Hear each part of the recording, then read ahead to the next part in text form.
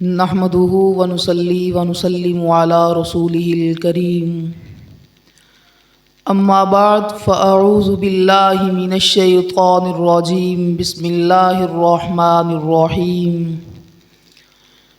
قد افلح من تزكى وذكر اسم ربه فصلى بل تؤثرون الحياة الدنيا والآخرة خير وأبقى صدق الله العظيم وصدق رسوله النبي الكريم الأمين ونحن على ذلك لمن الشاهدين والشاكرين والحمد لله رب العالمين إن الله وملائكته يصلون على النبي یا ایھا الذین آمنوا صلوا علیہ وسلموا تسلیما مولاي صلی وسلم دائما ابدا علی حبیبک خیر الخلق کلہم محمد سید الکونین والثقلین والفریقین من عرب ومن عجم مولاي صلی وسلم دائما ابدا علی حبیبک خیر الخلق کلہم۔ تمام تعریف و توصیف حمد و ثنا اللہ جل مجدہ الکریم کی ذات پاک کے لیے جو خالق کائنات بھی ہے اور مالک شش جہات بھی۔ اللہ رب العزت کی حمد و ثنا حضور تاجدار کائنات محبوب آمنہ خاتم الانبیاء سرور لالا رخاں نیر تاباں سرنشین مہوشاں ماہ خوباں شہنشاہ حسینہ جناب سیدنا محمد الرسول اللہ صلی اللہ علیہ وآلہ وسلم کے دربار ناز میں ہدیہ درود و سلام پیش کرنے کے بعد محترم سامعین کرام السلام علیکم ورحمۃ اللہ وبرکاتہ۔ اللہ رب العزت کا کروڑ شکر ہے کہ جس کی توفیق سے ایک مرتبہ پھر ہم آج اس جمعۃ المبارک کے خوبصورت اجتماع میں موجود ہیں۔ اللہ رب العزت کی بارگاہ میں دعا ہے کہ وہ ہمارے دلوں میں ایمان کا نور پیدا فرمائے، حضور علیہ الصلاۃ والسلام کی محبت نصیب فرمائے اور اس دنیا سے جانا کلمہ شہادت کے اوپر رکھے۔ اللہ رب العزت نے قرآن کریم فرقان حمید میں ارشاد فرمایا قد افلح من تزکا۔ فلاح کا مفہوم اللہ رب العزت قرآن کریم میں ذکر فرماتا ہے۔ یہ فلاح ہے کیا چیز، یہ کامیابی کیا چیز ہے؟ اللہ رب العزت مختلف جگہوں پر اس فلاح کا ذکر فرماتا ہے، کبھی اجمال کے ساتھ اور کبھی تفصیل کے ساتھ۔ مثال کے طور پر 18واں پارہ سورہ المؤمنون اللہ رب العزت فرماتا ہے قد افلح المؤمنون کہ مومنین فلاح پا گئے، ایمان والے فلاح پا گئے۔ اور کبھی اللہ رب العزت مؤذن کو یہ حکم دیتا ہے کہ تم یہ پکارو حی علی الفلاح، آؤ کامیابی کی طرف، آؤ فلاح کی طرف۔ تو یہ فلاح کیا ہے؟ کیا یہ صرف اخروی فلاح ہے؟ اس سے دنیاوی فلاح مراد نہیں ہے، دنیاوی کامیابی مراد نہیں ہے، نہیں، بلکہ اللہ رب العزت ہمیں دنیا کی کامیابیاں بھی نصیب فرمانے کا حکم دیتا ہے اور ہمیں آخرت بھی بہتر بنانے کا حکم دیتا ہے۔ ہم اپنی اس دنیا کو بھی سنوار لیں، اپنی اس زندگی کو جو موجود ہے اس کو بھی سنوار لیں، اور جو کل آخرت کی صورت میں ہماری زندگی آنی ہے اللہ رب العزت ہمیں اس کو بھی بہتر بنانے کا حکم ارشاد فرماتا ہے۔ یہ نہیں ہے کہ اللہ رب العزت نے فرمایا کہ تم اس دنیا میں آ گئے ہو تو تم ذلیل و خوار ہو جاؤ، نہیں، اللہ رب العزت فرماتا ہے کہ تم نے اپنی اس زندگی کو بھی بہتر بنانا ہے اور تم نے اپنی کل آخرت والی زندگی کو بھی بہتر بنانا ہے۔ وہ کس انداز کے ساتھ؟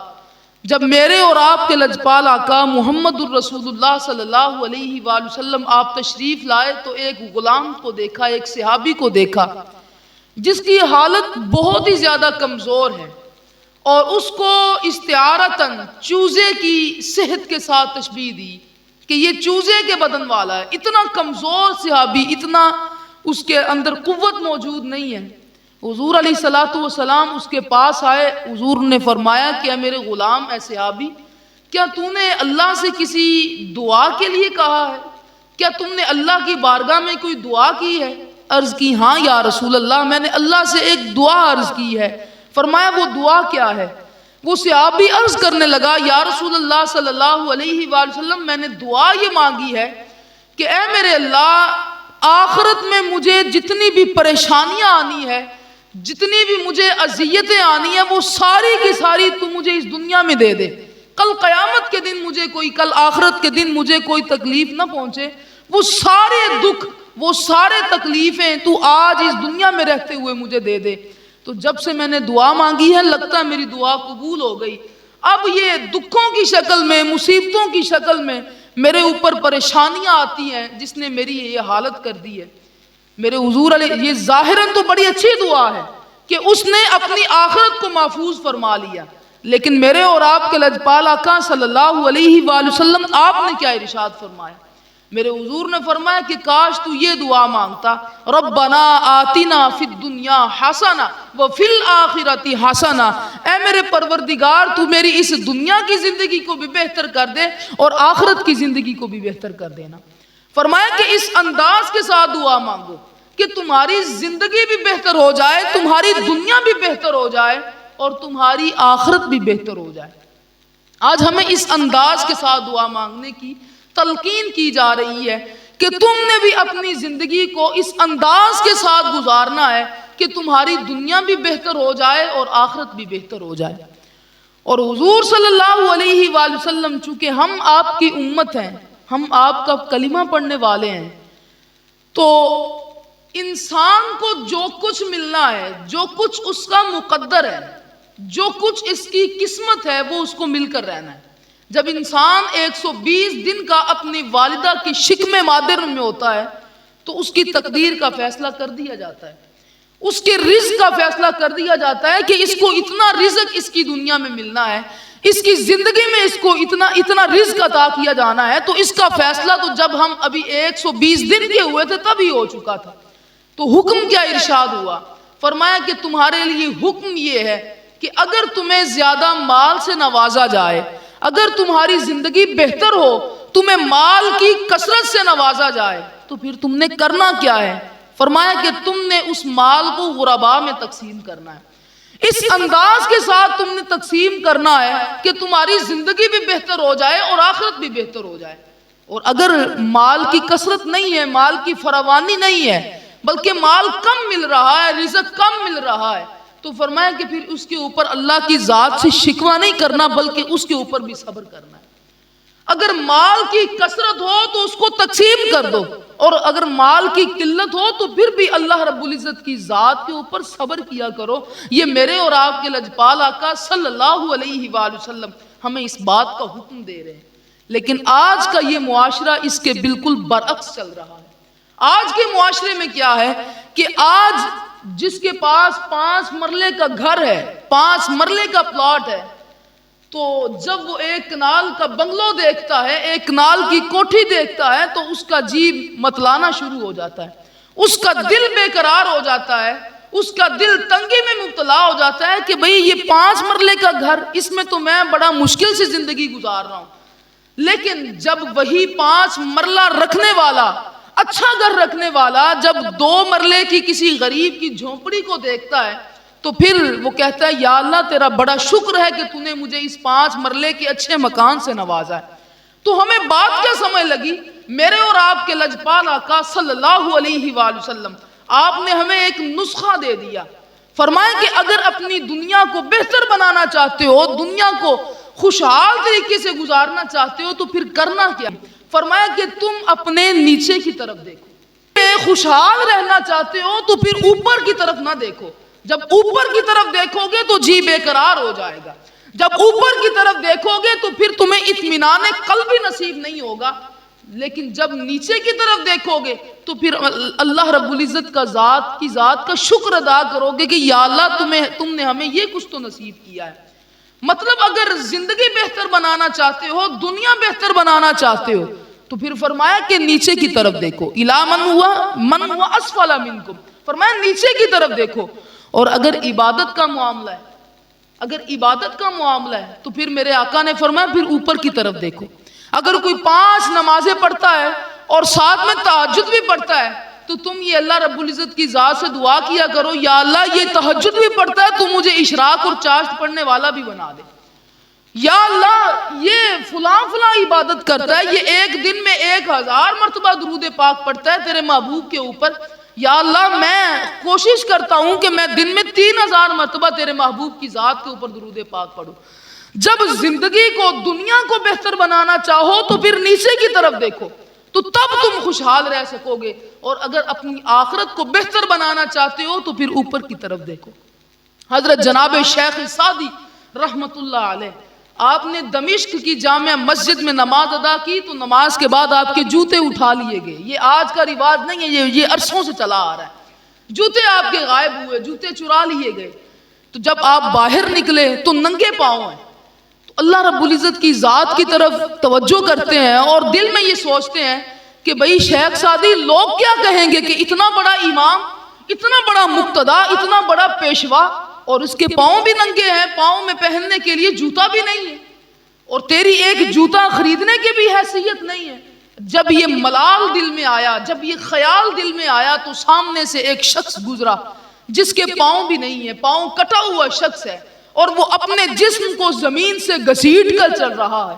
جب یہ منظر دیکھا تو شیخ سعدی رحمت اللہ علیہ فوراً اللہ رب العزت کی بارگاہ میں سجدہ ریز ہو گئے اور عرض کرنے لگے، یا اللہ تیری ذات کا شکر ہے، تو نے مجھے جوتے تو نہیں دیے لیکن چلنے کے لیے اپنے پاؤں تو دیے ہیں نا، میں پاؤں کے ساتھ چل تو رہا ہوں نا، یہ نادار کو دیکھو، اس غریب کو دیکھو کہ جس کے پاؤں بھی نہیں ہیں۔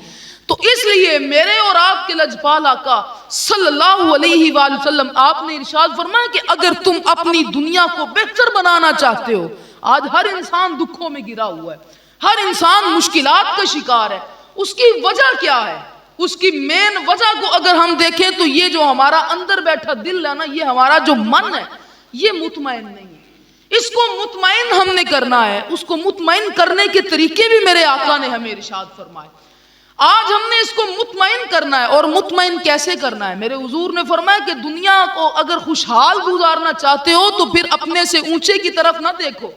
اگر تمہیں اللہ نے اچھی گاڑی دی ہے تو بڑی لینڈ کروزر کی طرف نہ دیکھو۔ اگر تمہیں اللہ رب العزت نے 5 مرلے کا اچھا گھر دیا ہے تو پھر 1 کنال کوٹھی کی طرف نہ دیکھو، ورنہ تم بے قرار ہو جاؤ گے۔ دنیا کو خوشحال بناؤ تو نیچے کی طرف دیکھو، اور اگر آخرت کو بہتر بنانا چاہتے ہو تو میرے آقا نے فرمایا پھر اوپر کی طرف دیکھو تو تمہاری آخرت بھی بہتر ہو جائے گی۔ اب ہم نے دیکھنا یہ ہے کہ ہم اپنے آپ کی فلاح کیسے کر سکتے ہیں، ہم اپنے آپ کو کامیاب کیسے کر سکتے ہیں۔ ویسے تو میرے مالک کریم نے قرآن کریم میں ایک مکمل نصاب ذکر فرمایا، قد افلح المؤمنون الذین هم فی صلاتهم خاشعون۔ وہ 10 آیات کے اوپر پھیلا وہ مضمون ہے جس میں اللہ رب العزت نے فلاح کا تذکرہ کیا، لیکن آج جس عنوان کا انتخاب میں نے کیا، جن آیات کا انتخاب میں نے کیا، وہ سورۃ الاعلیٰ کی آیت مبارکہ ہے۔ اللہ رب العزت قرآن میں فرماتا ہے قد افلح من تزکا، وہ شخص کامیاب ہو گیا جس نے اپنے اندر کو پاک کر لیا، جس نے اپنے جی کو پاک کر لیا۔ آج ہمیں اس کو پاک کرنے کی ضرورت ہے۔ قد افلح من تزکا، میرے اللہ نے فرمایا کہ اگر تم فلاح پانا چاہتے ہو، اگر تم دنیا اور آخرت کی کامرانیاں اور کامیابیاں حاصل کرنا چاہتے ہو تو پھر اس اندر بیٹھے ہوئے من کو پاک کر لو، اس کے اندر جو طلب ہے اس طلب کو ختم کر لو۔ وہ حضرت اقبال نے فرمایا تھا نا کہ میری آرزو ہے کہ تیری دعا پوری ہو جائے، میری آرزو ہے کہ ہو پوری تیری دعا ہو جائے، لیکن میری دعا یہ ہے کہ تیری آرزو ہی بدل جائے۔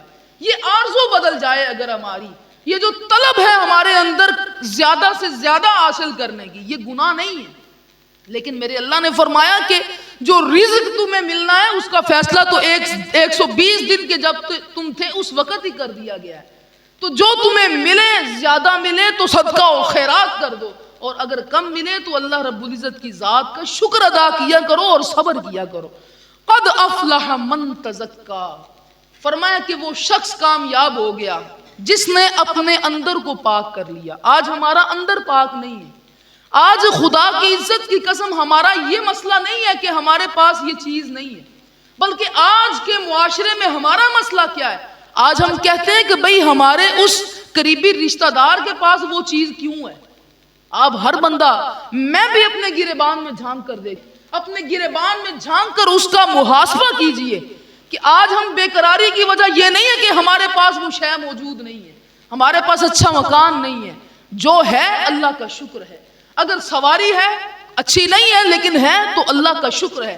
جو چیز ہمارے من کو بے قرار کرتی ہے، جو ہمیں اندر سے مطمئن نہیں ہونے دیتی، وہ خدا کی عزت کی قسم یہ ہے کہ فلاں کے پاس وہ شے کیوں ہے. آج اگر ہمارے پاس ایکسل لائی ہے تو اگلے کے پاس پراڈو کیوں ہے؟ اگر ہمارے پاس 5 مرلے کا مکان ہے تو اگلے بندے کے پاس 1 کنال کی کوٹھی کیوں ہے؟ آج ہمارا دل اس وجہ سے بے قرار ہے. اس لیے تو میرے اللہ نے فرمایا قد افلح من تزکا، کہ کامیاب وہ شخص ہے جس نے اپنے اندر کو پاک کر لیا. میاں صاحب نے بڑا خوب جملہ ارشاد فرمایا. آپ فرماتے ہیں کہ شیشے اتے مٹی جمی، شیشے اتے مٹی جمی تے دیواراں چاڑی جاندے ہو. شیشے اتے مٹی جمی تے دیواراں چاڑی جاندے ہو، ورکے پھاڑی جاندے ہو تے جلداں نو سنبھالی جاندے ہو. آج انسان کا مطمع نظر کیا ہے؟ حضرت اقبال نے بھی اس کی ترجمانی کی، لیکن میاں صاحب کا لہجہ وہ خوب لہجہ ہے. آپ فرماتے ہیں کہ یہ جو دل کا شیشہ ہے اس کے اوپر تو گرد پڑی ہوئی ہے، وہ نفرت کی گرد ہے. اس دل کے اوپر تو گرد پڑی ہوئی ہے، وہ کسی سے تعصب کی گرد ہے. اس دل کے اوپر تو گرد پڑی ہوئی ہے، لیکن تم کیا کر رہے ہو؟ اپنا لباس بہتر بنا رہے ہو. میری قمیض اچھی ہونی چاہیے، میرا لباس اچھا ہونا چاہیے. اپنے بالوں کو بہتر بنا رہے ہو، اپنی وضاقتہ کو بہتر بنا رہے ہو. اس کی مخالفت نہیں کرتا.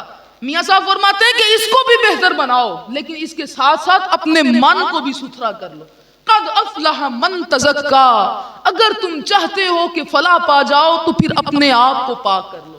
اب اس اندر کو پاک کرنے کا طریقہ کیا ہے؟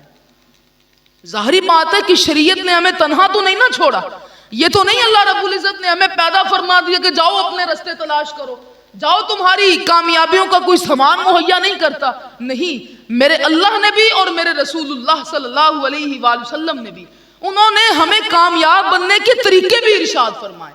فرمایا کہ یہ دل جب میلا ہو جائے، ہر شے کو جب زنگ لگ جائے تو اس کو پاک کرنے کے مختلف طریقے ہیں. کسی کو تیزاب کے ذریعے صاف کیا جاتا ہے، کسی کو پانی کے ساتھ صاف کیا جاتا ہے، کسی کو پیٹرول کے ساتھ صاف کیا جاتا ہے. فرمایا کہ جب یہ دل پاک ہو جائے، یہ دل نہ پاک ہو جائے، اس کے اوپر گرد لگ جائے، اس کے اوپر زنگ چڑھ جائے، تو فرمایا اس کا طریقہ کار کیا ہے؟ فرمایا اس کا بڑے سارے طریقہ کار ہیں، لیکن میں 4 طریقوں کو ذکر کرتا ہوں. اللہ رب العزت نے 4 طریقے قرآن کریم میں ارشاد فرمائے. فرمایا سب سے پہلا طریقہ یہ ہے کہ تم اللہ رب العزت کا کثرت کے ساتھ ذکر کر کے اپنے دل کا زنگ اتار سکتے ہو، اگر تم چاہتے ہو. لیکن شرط یہی ہے کہ اگر تم چاہتے ہو، کیونکہ ہیلا کریں گے تو وسیلہ بنے گا نا. اگر یہاں سے کوشش کرے، آج ہمارا یہ بھی بڑا مسئلہ ہے، ہم کہتے ہیں نماز پڑھ لیں گے اگر اللہ نے توفیق دی. بھئی اذان آ رہی ہے، تمہارے جسم کے اندر جان موجود ہے، تم پاک ہو، نماز ادا کرنے کے اوپر قادر ہو، کیا یہ اللہ کی توفیق نہیں ہے؟ یہ اللہ کی توفیق تو ہے نا تمہارے. ان لوگوں کو بھی دیکھو کہ جو ہسپتال میں پڑے ہوئے ہیں، ان لوگوں کو بھی دیکھو کہ جن کے پاس چلنے کی قدرت نہیں ہے. فرمایا کہ ان کے پاس توفیق نہیں ہے، لیکن معافی ان کو بھی نہیں ہے. اگر ہسپتال میں ہو تو نماز پھر بھی ادا کرو، اگر گھر میں بیمار ہو تو نماز پھر بھی ادا کرو. کھڑے ہو کر نہیں پڑھ سکتے تو بیٹھ کر پڑھو، بیٹھ کر نہیں پڑھ سکتے تو لیٹ کر پڑھو، لیٹ کر نہیں پڑھ سکتے، شریعت کہتی ہے پھر آنکھوں کے اشاروں کے ساتھ بھی نماز ادا کر سکتے. شریعت نے ہمیں چھوڑا تو کہیں بھی نہیں. تو فرمایا سب سے پہلا طریقہ دل کے زنگ کو دور کرنے کا، اپنے من کو پاک کرنے کا. فرمایا کہ اللہ کا ذکر کثرت کے ساتھ کرو گے تو یہ دل کا زنگ دور ہو جائے گا. دوسرا طریقہ کیا ہے میرے مولا؟ فرمایا کہ قرآن کریم کی تلاوت کثرت کے ساتھ جب کرو گے تو یہ تمہارے دل کے اوپر جو زنگ چڑھا ہوا نا کثرت تلاوت قرآن سے، وہ زنگ بھی دور ہو جائے گا. تیسرا طریقہ یہ ہے کہ تم موت کو یاد کیا کرو. جب موت کو یاد کرو گے تو تمہارا اندر نرم ہو جائے گا, اللہ کی ذات کی طرف مائل ہو جائے گا. میں یہ سوچتا ہوں, میرا خیال یہ ہے کہ یہ تو بڑی بات ہے موت کو یاد کرنا. موت کو یاد کرتے ہوئے انسان اندر سے کانپ جاتا ہے. خدا کی عزت کی قسم, اگر کسی کی عیادت کرنے کے لیے جائیں, جب ہسپتال کا چکر لگے تو پھر وہاں پر جا کر بھی انسان کا من پاک ہو جاتا ہے اور اس کی توجہ اللہ کی طرف ہو جاتی. کہ ہسپتال میں جا کر بھی جب مریضوں کو دیکھتا ہے, لا علاج بیماروں کو دیکھتا ہے, پھر بھی یہ کہتا ہے یا اللہ تیری ذات کا شکر ہے کہ تو نے مجھے صحت جیسی عظیم نعمت سے نوازا ہے. اور چوتھی چیز فرمائی کہ اگر دل کا زنگ دور کرنا چاہتے ہو تو پھر اولیاء, صالحین, کاملین, علماء کی مجلس میں جا کر بیٹھا کرو. جب تم ان کی مجالس کو اٹینڈ کرنا شروع کر دو گے تو پھر آہستہ آہستہ سے یہ جو دل کا زنگ چڑھا ہوا ہے وہ بھی اترنا شروع ہو جائے گا. امام راضی علیہ الرحمہ آپ اس بات کی طرف اشارہ کرتے ہیں. آپ فرماتے ہیں کہ اگر تم سلطانوں کی مجلس میں بیٹھو گے, بادشاہوں کی مجلس میں بیٹھو گے, تو تمہارے وجود کے اندر تکبر کی کثرت ہو جائے گی. اور اگر تم دنیا دار امراء کے پاس جا کر بیٹھو گے, بڑے بڑے لوگوں کے پاس جا کر بیٹھو گے, تو تمہارے اندر دولت کی ہوس پیدا ہو جائے گی. اور اگر تم عورتوں میں بیٹھنا شروع کر دو گے تو تمہارے اندر شہوت کا غلبہ آنا شروع ہو جائے گا. اگر تم بچوں میں اپنا وقت گزارنا شروع کر دو گے تو تمہاری سوچ کے اوپر حماقت اثر انداز ہو جائے گی. لیکن اگر علماء کی مجلس میں بیٹھنا شروع کر دو گے, صلحاء کی مجلس میں بیٹھنا شروع کر دو گے, اللہ رب العزت تمہیں علم دین بھی نصیب فرمائے گا اور تمہارے دل کو زنگ سے بھی بچا لے گا. یہ چار طریقے ہمیں ارشاد فرمائے. وَذَكَرَ اسْمَ رَبِّهِ فَصَلَّى, فرمایا کہ اپنے رب کے نام کا ذکر کیا کر. اگر دل کی جلا چاہتا ہے, اگر دل کو صاف ستھرا کرنا چاہتا ہے تو پھر اپنے رب کے نام کو جپا کر اس کا ذکر کیا کر. فَصَلَّى, اور نماز بھی پڑھا کر. نماز کا حکم بھی ارشاد فرمایا. اور میرا رب آگے کیا فرماتا ہے, یہ ساری باتیں اللہ رب العزت نے کر کے اگلا جملہ بڑا خوب فرمایا. فرمایا کہ بل تؤثرون الحیات الدنیا, لیکن پیدا تو میں نے تمہیں کیا ہے نا, میں تو تمہیں جانتا ہوں نا. یہ ساری واعظ و نصیحت کرنے کے بعد میرا رب فرماتا ہے بل تؤثرون الحیات الدنیا, آخرت کی زندگی تو بہتر ہے لیکن مجھے پتا ہے کہ تم اثر جو لوگے وہ دنیاوی زندگی سے لوگے. بل تؤثرون الحیات الدنیا, فرمایا کہ بڑے اس بارے میں تمہارے اوپر حماقت ہے. فرمایا بل تؤثرون الحیات الدنیا, کہ تم ترجیح جس کو دیتے ہو وہ دنیا کی زندگی ہے. ہونا کیا چاہیے تھا, فرمایا آخرت کی زندگی کو ترجیح دو. آگے میرا رب کیا فرماتا ہے, فرمایا والآخرۃ خیر وابقیٰ, جو آخرت کی زندگی ہے نا وہ بڑی بہتر ہے. وابقیٰ, اور ہمیشہ باقی رہنے والی ہے. یہ تو ختم ہو جانی ہے. یہ 20-30 سال کسی کے گزر گئے, پیچھے 30 سال رہ گئے, کسی کے 50 سال گزر گئے, پیچھے میکسیمم 10-12 سال 15 سال رہ گئے. یہ تو سائنٹیفک نظریے سے بیان کرتا ہوں, ویسے تو ایک سانس کا بھی نہیں پتا کب آنی کب چلے جانی ہے. فرمایا کہ آخرت کی زندگی بہتر ہے, اس کو سنوارنے کی کوشش کرو. والآخرۃ خیر وابقیٰ, فرمایا کہ جو امام راضی علیہ الرحمہ تفسیر کبیر میں آپ نے قلم اٹھایا اور اس بات کی ترجمانی کی, اس بات کی وضاحت کی, آیت کی تفسیر میں لکھتے ہیں. فرمایا کہ تم دنیا کی زندگی کو کیوں اچھا سمجھتے ہو, آخرت کی زندگی کو کیوں اتنا ترجیح نہیں دیتے, اس کی وجہ کیا ہے. امام راضی فرماتے ہیں اس کی وجہ یہ ہے کہ دنیا کی زندگی نقد ہے اور آخرت کی زندگی ادھار ہے. ایک فلسفہ ذکر کر دیا. فرمایا دنیا کی زندگی بہتر ہے, دنیا کی زندگی جلد ملنے والی ہے. تمہارا نظریہ یہ ہے. مثال کے طور پر شیطان نے یہ بات ذہن میں ڈال دی نا کہ جاؤ جا کر چوری کرو, مال فوراً مل جائے گا. جاؤ جا کر زنا کرو, شہوت جلد پوری ہو جائے گی. فرمایا یہ جبکہ ایسا آخرت کے معاملے میں نہیں ہے. آج کرو گے اس کا صلہ کل آخرت میں ملے گا. دنیا کی زندگی نقد ہے, اس وجہ سے تم ترجیح دیتے ہو, اور آخرت کی زندگی ادھار ہے, اس وجہ سے تم اس کو ترجیح نہیں دیتے ہو. میرا رب فرماتا ہے والآخرۃ خیر وابقیٰ, جبکہ آخرت کی زندگی وہ بہتر بھی ہے اور ہمیشہ باقی رہنے والے بھی. امام راضی علیہ الرحمہ تفسیر کبیر میں آپ نے یہاں پر بھی بڑا خوبصورت نکتہ لکھا. آپ نے فرمایا والآخرۃ خیر وابقیٰ, آخرت کی زندگی بہتر ہے اور باقی رہنے والی ہے. مثال کے طور پر آپ کے ہاتھ میں 1 کروڑ روپے دے دیا جائے اور کہہ دیا جائے کہ بھئی کچھ لمحے کے بعد آپ سے واپس لے لیا جائے گا, اور 100 روپے آپ کا ذاتی ہو, تو آپ کو خوشی کس بات کے اوپر ہوگی؟ مثال دی انہوں نے، فرمایا کہ تمہیں خوشی جس بات پر ہوگی وہ 100 روپے کے اوپر ہوگی. کیوں؟ کیونکہ وہ تمہارا اپنا سرمایہ ہے، وہ تمہارے پاس ہمیشہ رہنے والا ہے. اور وہ جو 1 کروڑ روپے تمہیں کسی نے پکڑایا ہے وہ تو چند لمحات کے بعد واپس لے لینا ہے. فرمایا یہ دنیا اور آخرت کی زندگی کو اسی بات کے اوپر قیاس کر لو. یہ چند سال تو ہیں، کسی کے 20 سال، کسی کے 60 سال، کسی کے 50 سال، یہ تو ختم ہو جانے ہیں. فرمایا والآخرۃ خیر وابقیٰ، جو بہتر زندگی ہے وہ تمہاری آخرت کی زندگی بہتر ہے. اور میرے رب نے پھر اس کی مثال دی اور حضور صلی اللہ علیہ وآلہ وسلم نے اس کی ترجمانی کی. حضور علیہ السلام نے ارشاد فرمایا کہ ایک شخص کا تذکرہ میرے نبی نے کیا اور اتنے مسکرائے میرے نبی. صحابہ کہتے ہیں کہ حضور علیہ السلام کی بدت انیاب، حضور کی یہ داڑھیں مبارکیں ظاہر ہونا شروع ہو گئی. حضور کبھی اتنا مسکرائے نہیں، اتنا مسکرائے کہ حضور کی داڑھیں وہ روشن ہونا شروع ہوگی، ظاہر ہونا شروع ہوگی. وہ بات کیا تھی؟ فرمایا کہ ایک شخص کا ذکر کیا گیا. میرا اللہ فرماتا ہے کہ یہ جو دنیا میں جو کچھ بھی ہے، دنیا وما فیہا، دنیا میں جو چیزیں بھی موجود ہیں، سمندروں کی گہرائیوں میں موتی موجود ہیں، پہاڑوں کے دامن میں ہیرے جواہرات اور سونے کی کانیں موجود ہیں، یہ 7 بر اعظموں کے اوپر پھیلا ہوا یہ ساری دنیا، فرمایا یہ سارا کچھ ایک طرف.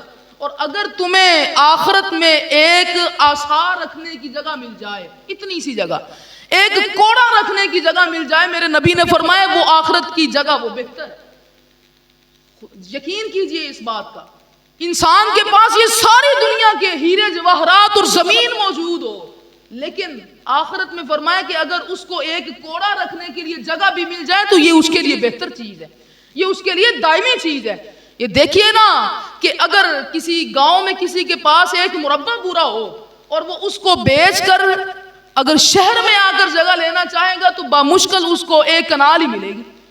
لیکن اگر 1 کنال اس کو بیچ کر وہ مینار پاکستان کے قریب جا کر جگہ کا خواہش مند ہو تو پھر اس کو بہت اس سے کم ملے گی. جگہ کی ویلیو بدلتی رہتی ہے. اگر انسان اپنا لاہور میں اچھا پلازا فروخت کرے تو مدینہ طیبہ میں چلے جائے، مکہ مکرمہ میں چلے جائے، وہاں پر جا کر اس کو چند فٹ کی دکان ہی میسر ہوگی. یہ جگہ کی ویلیو بدلتی رہتی ہے. میرے حضور نے فرمایا کہ یہ ساری چیزیں تمہارے پاس موجود ہوں، 7 بر اعظموں کے اوپر پھیلی ہوئی یہ ساری جگہ تمہاری ملکیت میں کر دی جائے، سمندروں کے اندر موجود ہیرے جواہرات تمہاری ملکیت میں کر دی جائیں، پہاڑوں کے دامن میں موجود سونے کی کانیں تمہارے مقدر میں کر دی جائیں. فرمایا یہ ساری چیزیں ایک بندے کی ملکیت میں ہو، لیکن اگر میرے رب فرماتا ہے کہ اگر جنت میں اس کو ایک ٹکڑا بھی جگہ مل گئی تو یہ اس سے بہتر ہے. لیکن آج میرے رب ہمیں یہ اعلان فرما رہا ہے، ہمیں اس بات کی طرف تلقین فرماتا ہے. فرمایا اگر تم میری راہ کے اوپر چلو گے، اگر اتنی جگہ نہیں، ایک کوڑا رکھنے کی جگہ نہیں، فرمایا کہ تمہیں کتنی جگہ نصیب فرماؤں گا. میرا رب فرماتا ہے کہ 70,000 بر اعظموں کے اوپر مشتمل جگہ تمہارا جنت میں انتظار کر رہی ہے. لیکن شرط کیا ہے؟ فرمایا کہ تم میرے طریقے کے اوپر چلو، میرے رسول کے طریقے کے اوپر چلو. اللہ تو اتنا مہربان ہے، فرماتا ہے کہ ایک مرتبہ سبحان اللہ یقین کے ساتھ کہو گے تو میں تمہیں اتنی نیکیاں عطا کروں گا، درخت جنت کے درخت کا اتنا لمبا سایہ نصیب فرماؤں گا کہ تم 70,000 سال تک عربی گھوڑے کے اوپر سوار ہو کر اس مسافت کو طے کرنا چاہو تو اس درخت کا سایہ ختم نہیں ہوگا. فرمایا یقین اور استقامت کی بات ہے. والآخرۃ خیر وابقیٰ، بالآخر بات اسی کے اوپر ختم. فرمایا کہ آخرت کی زندگی بہتر بھی ہے اور باقی رہنے والی بھی ہے. آج ہمیں اللہ رب العزت کی بارگاہ میں لوٹنے کی ضرورت ہے. آج ہمیں اللہ رب العزت کے فرامین کو سمجھنے کی ضرورت ہے اور اپنے من کو پاک کرنے کی ضرورت ہے. آج ہمارا من آلودہ ہو گیا. یہ من کی آلودگی کی وجہ تو ہے کہ ہمارے بھائی وہ سسک رہے ہیں. یہ من کی آلودگی کی وجہ ہی تو ہے کہ فلسطین میں ہمارے جو بھائی ہیں وہ کٹ رہے ہیں، وہ مر رہے ہیں، لیکن ہمارے اندر وہ جذبہ اور جنون پیدا نہیں ہو رہا. اس کی وجہ صرف یہی ہے. یہ دیکھیے نا کہ انسان، حضور علیہ السلام نے خود ارشاد فرمایا کہ جب مومن ایک گناہ کرتا ہے تو اس کے دل کے اوپر ایک سیاہ نقطہ لگ جاتا ہے. جب وہ کرتا رہتا ہے، گناہ بار بار کرتا رہتا ہے تو نقطے لگتے جاتے ہیں یہاں تک کہ پورا دل ہی سیاہ ہو گیا. تو جب کسی دل بندے کا سیاہ ہو جائے تو پھر اس میں سے کیا نظر آئے گا؟ شیشہ سیاہ ہو جائے، پیچھے تو سیاہ ہے ہی، اگر سامنے سے سیاہ کر دیا جائے تو پھر تمہاری صورت اور مورت اس میں نظر نہیں آئے گی. فرمایا کہ اس کو صاف کرنا چاہتے ہو تو پھر اللہ رب العزت کے ذکر کو اپنا لو۔ اگر تم اسے پاک کرنا چاہتے ہو تو قرآن کو صرف الماریوں کی زینت نہ بناؤ، بلکہ اس کو اپنے ہاتھوں کی حدت اور گرمی نصیب کرو، اس کو ہاتھ میں پکڑ کر قرآن کریم کی تلاوت کرنا شروع کر دو، اللہ رب العزت تمہیں فلاح نصیب فرمائے گا۔